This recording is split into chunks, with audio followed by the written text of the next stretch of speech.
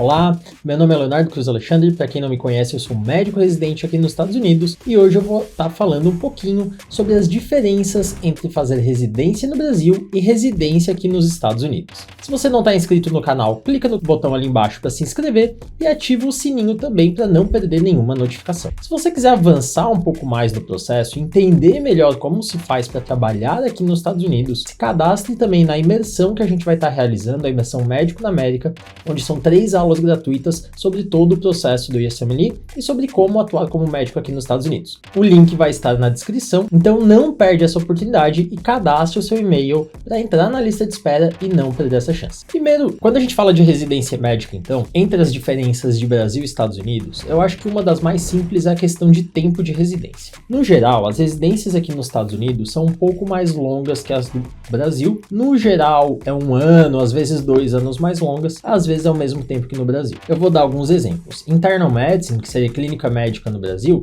aqui são 3 anos e no Brasil também são 3 anos. Psiquiatria, por sua vez, aqui são 4 anos e no Brasil são 3. Neurocirurgia, aqui são 7, no Brasil são 5.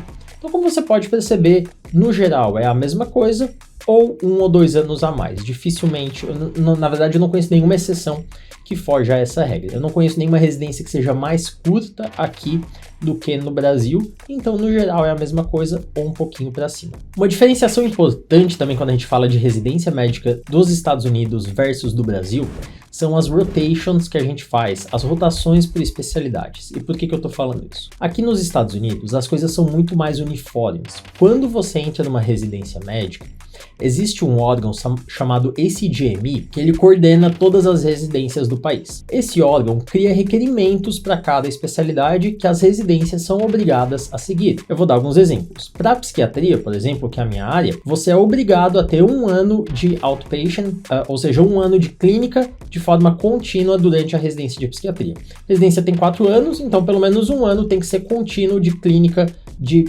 psiquiátrica para que você tenha um acompanhamento longitudinal dos pacientes. Também tem um número X de rotações que precisam ser em hospitais psiquiátricos ou unidades psiquiátricas. Eu não lembro exatamente o número, mas eu acho que é alguma coisa entre 8 e 10 meses, algo nessa faixa. Precisa ter pelo menos 2 meses de rotações em psiquiatria infantil, precisa ter pelo menos 2 meses em psiquiatria forense ou 1 mês em psiquiatria forense. Então tem várias coisas assim que são exigidas, que são o mínimo para que você possa ter uma formação adequada. Isso faz com que, no geral, as residências nos Estados Unidos tenham mais uniformidade. No geral, se você fizer uma residência em algum local não muito conhecido, coisa assim, ela não vai ser tão diferente de uma residência muito prestigiada. Claro que os preceptores de uma residência prestigiada, em um local famoso como Harvard, vai ser muito alto, o nível deles vai ser excelente, e eles vão estar discutindo coisas mais avançadas, pesquisas mais específicas e coisas do tipo com você.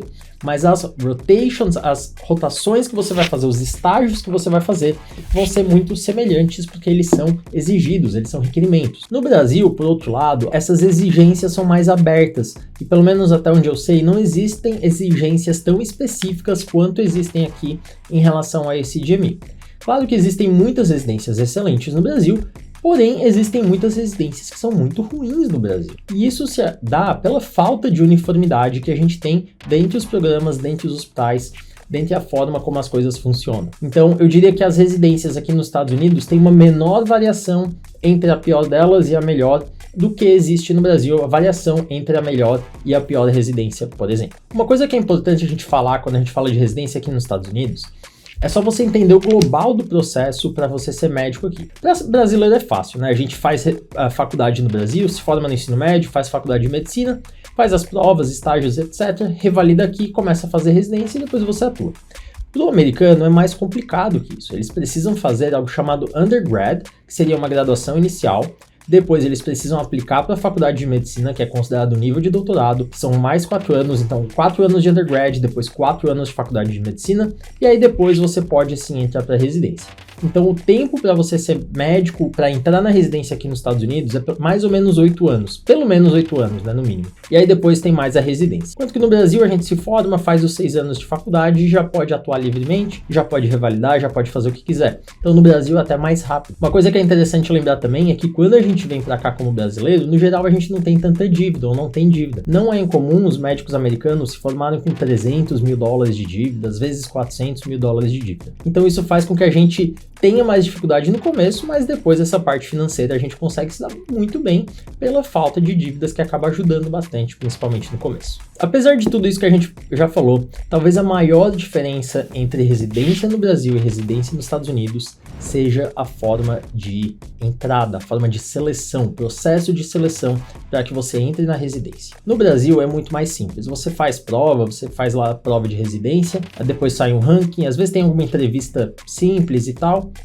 que contribui para o ranking, e aí você entra ou não. Aqui nos Estados Unidos tem o processo do MET, que é bem mais complicado, é bem mais extenso, é bem mais holístico, vai ter avaliação do seu currículo, vai ter avaliação de personal statement, carta de recomendação, então é um processo muito mais amplo do que é no Brasil. No Brasil, você faz a prova, você vai bem, você tá dentro. Por outro lado, eu acho isso bem complicado no Brasil, porque tem médicos, infelizmente, temos especialistas, às vezes, que são muito ruins, porque eles simplesmente passam na prova e podem fazer a residência que eles quiserem, e acabam se tornando especialistas, às vezes não tão qualificados ou não tão adequados. Aqui, claro que também existem médicos ruins, mas o processo de filtro, o processo de seleção é muito maior, visando evitar que essas pessoas acabem conseguindo uma vaga de residência e se tornem especialistas. E aqui eu vou te falar novamente, se você não assistiu a Imersão Médico na América ainda, se cadastre na lista de espera para que você possa assistir na próxima vez que ela estiver aberta. Eu falo isso porque o processo do MET é mais complicado e não teria como eu explicar tudo aqui nesse vídeo do YouTube,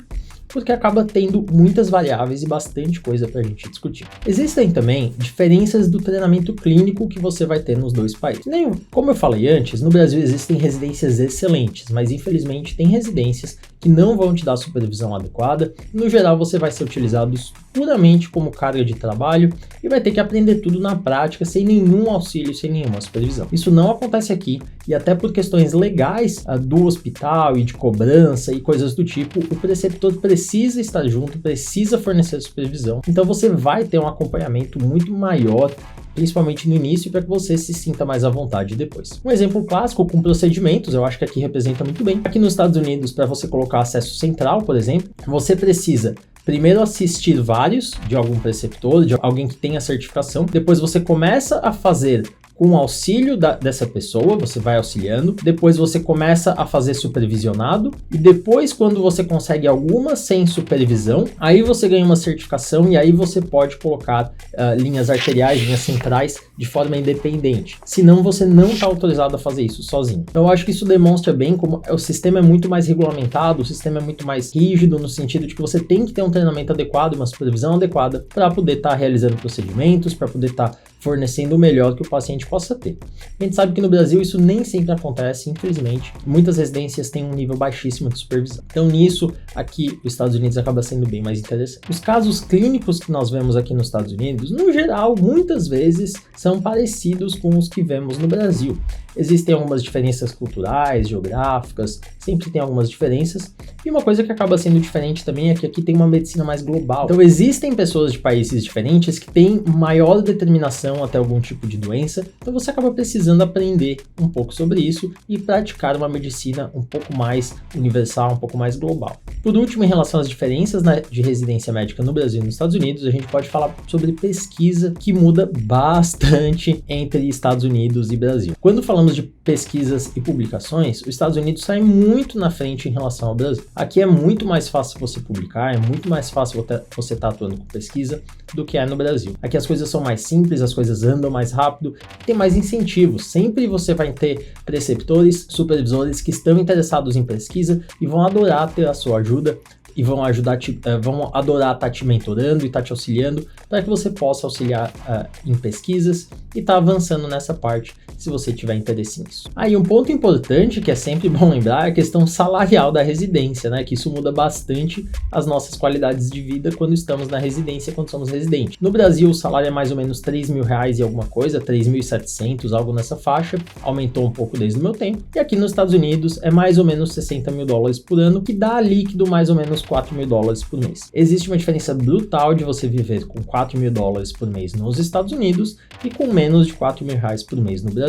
Aqui nos Estados Unidos, então, você consegue viver tranquilamente com salário de residente, enquanto que no Brasil, dependendo da cidade, isso mal dá para pagar o aluguel. A gente sabe que cidades maiores têm aluguéis caríssimos e custo de vida muito alto, e com o salário de residente acaba ficando bem difícil. Então essa é uma diferença importante de ser lembrada. Então só pra gente resumir o vídeo, então, aqui nos Estados Unidos a gente tem uma diferença na questão salarial do residente, tem mais oportunidade de pesquisa, acaba tendo mais supervisão. Em contraponto, são residências mais complexas para que você entre, o processo é mais holístico, mais coisas são levadas em consideração e o tempo de formação é um pouquinho maior também. Se você gostou desse vídeo, deixa um comentário para que eu saiba que você gostou. Se você teve alguma dúvida, alguma sugestão para um próximo vídeo, coisa assim, deixa um comentário aí pra gente ir conversando. E se você não está inscrito no canal ainda, não esquece de se inscrever e a gente se vê no próximo vídeo.